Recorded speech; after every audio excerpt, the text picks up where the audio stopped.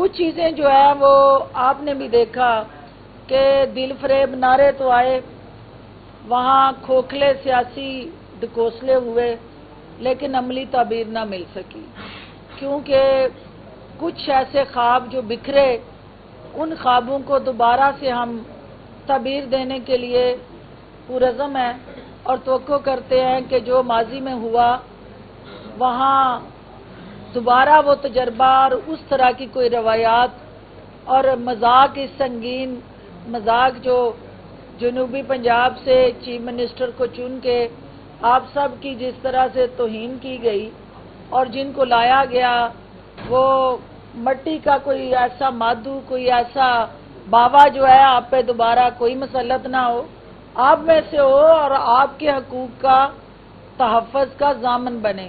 جو دوسری بات آپ نے کی کہ کتنے لوگ شامل ہونے جا رہے ہیں، یہ جو لوگ ادھر موجود ہیں یا جو لوگ کل جلسے میں آپ پبلکلی دیکھیں گے، یہ سب وہ لوگ ہیں جو آلریڈی استحکام پاکستان پارٹی کا حصہ بن چکے ہیں۔ یہ سب لوگ جو ہیں آلریڈی ہمیں جوائن کر چکے ہیں، یہ ہمارے ہراول دستے کے متحرک سپاہی ہیں۔ تو انشاءاللہ یہ جو ہی ہمارا کارواں آگے آگے بڑھتا جائے گا تو نئے لوگ اور نیا ایڈیشن اس میں ہوتا جائے گا۔ جی ان کی سن لیں۔ ملتان سے شروع کریں، جہانیہ جو ہے نا بہت ریموٹ ایریا ہے، آپ ملتان سے شروع کریں، مینار پاکستان سے شروع کریں گے وہ بھی۔ ڈاکٹر صاحبہ آپ نے کہا جنوبی پنجاب بڑا زرخیز ہے، بالکل درست کہا۔ جی اور ہمارے سیاستدانوں نے اسے یہاں سے ووٹ لے کے اسے بنجر بنانے میں کوئی کسر نہیں رکھی۔ جہانگیر ترین صاحب نے 2018 میں ہمیں جو دیا ایک ثبوت وزیر اعلیٰ کی شکل میں، اس کا خمیازہ ابھی تک قوم بھگت رہی ہے۔ جہانگیر ترین صاحب چونکہ ملتان سے ہیں، ابھی تک تو وہ چہرہ ہی نہیں دکھا پائے ملتان پریس کلب کو، تو کیا وہ اقتدار میں آ کر وہی سلوک کریں گے جو ماضی کے سیاستدانوں نے کیا؟ دیکھیے پہلی بات تو یہ ہے کہ جو اس سپوت کا اور جس نامور ایک کہہ لیں لیڈر کا آپ ذکر کر رہے ہیں، آپ کو بھی پتہ ہے اور پوری قوم کو پتہ ہے کہ جہانگیر ترین صاحب کا اس کی سلیکشن میں کیا رول تھا۔ وہ جہاں سے طوطا فال کہانی نکلی تھی، وہیں طوطا فال جو ہے وہ آپ کو پتہ ہے کہ وہ لفافہ جو ہے وہیں واپس چلا گیا۔ جو جہانگیر ترین صاحب کا آپ نے کہا کہ انہیں پریس کلب میں آنا چاہیے، وائی ناٹ؟ آپ کو پتہ ہے کہ پچھلے دنوں ان کی صحت میں کچھ مسائل رہے، جب سے آئی پی پی بنی کوئی نہ کوئی ان کے ساتھ بھائی کی وفات سے لے کے اوور آل چیلنجز رہے۔ آئی وش کہ میں ان کو ہر حال میں، یہ ہمارا گھر ہے، آپ ان کا قبیلہ ہو، ان کے خاندان میں بیٹھی ہوئی ہوں، تو انہیں اپنے گھر، اپنے قبیلے اور اپنے خاندان سے اس کا آغاز کرنا چاہیے، یہاں آنا چاہیے، اور انشاءاللہ جلد وہ آئیں گے اور آپ کے حقوق کی ترجمانی کریں گے۔ جو بات آپ نے کی، آپ نے فرمایا کہ واحد جہانیہ، دیکھیں جہاں جہاں ہمارے پاس لوگ جوائن کر رہے ہیں، ہم نے یہ ان کی ثوابدید پہ چھوڑنا ہے کہ کون جو ہے وہ پہلے جلسہ کرانا چاہتا تھا۔ جو جہانیہ کے نیازی برادران ہیں، ایاز نیازی صاحب، رزاق نیازی صاحب، ہمارے ساتھ وہ آئے ہیں ایز ایم پی اے، انہوں نے باضابطہ طور پہ ہمیں جوائن کیا، تو ان کی خواہش تھی کہ ہمارے گھر سے آپ سٹارٹ لیں۔ تو یہ تو ابھی آپ دیکھیں گے کہ پہلا میچ ہے، ابھی تو شروعات ہیں، ابھی تو ابتدائی عشق ہے، ابھی تو آپ تھوڑا سا دیکھیے کہ آگے آگے ہم چلیں گے اور انشاءاللہ بہتری ہوگی۔ لیول پلینگ فیلڈ کے بارے میں آپ کیا کہیں گے؟ کیا پی ٹی آئی کو بھی کرنا چاہیے ایسے جب سے کر سکتی ہے وہ؟ آپ اس کو سپورٹ کرتی ہیں؟ دیکھیں ایک ہے ایون فیلڈ والے لوگ اور ایک ہے لیول پلینگ فیلڈ والے لوگ، دو طرح کی فیلڈ والے لوگ ہیں نا۔ ایون فیلڈ والے اور لیول پلینگ فیلڈ والے دونوں سے ہم نے سیاسی مورچے پہ مقابلہ کرنا ہے اور اس محاذ پہ پنجہ آزمائی کرنی ہے۔ جو آپ بات کر رہے ہیں ان کی، جنہوں نے اس سیاسی گراؤنڈ میں فاؤل پلے کیا اور ریڈ کارڈ دیکھ کے گراؤنڈ سے باہر چلے گئے، تو ہر کھیل کے کچھ تقاضے ہوتے ہیں، کچھ رولز ہوتے ہیں، اور آپ میرے سے زیادہ اس چیز کو سمجھتے ہیں کہ جہاں جس کھیل میں کوئی کھلاڑی فاؤل کھیلتا ہے تو پھر اس کو یا یلو کارڈ دکھایا جاتا ہے یا ریڈ، اور اس کو پھر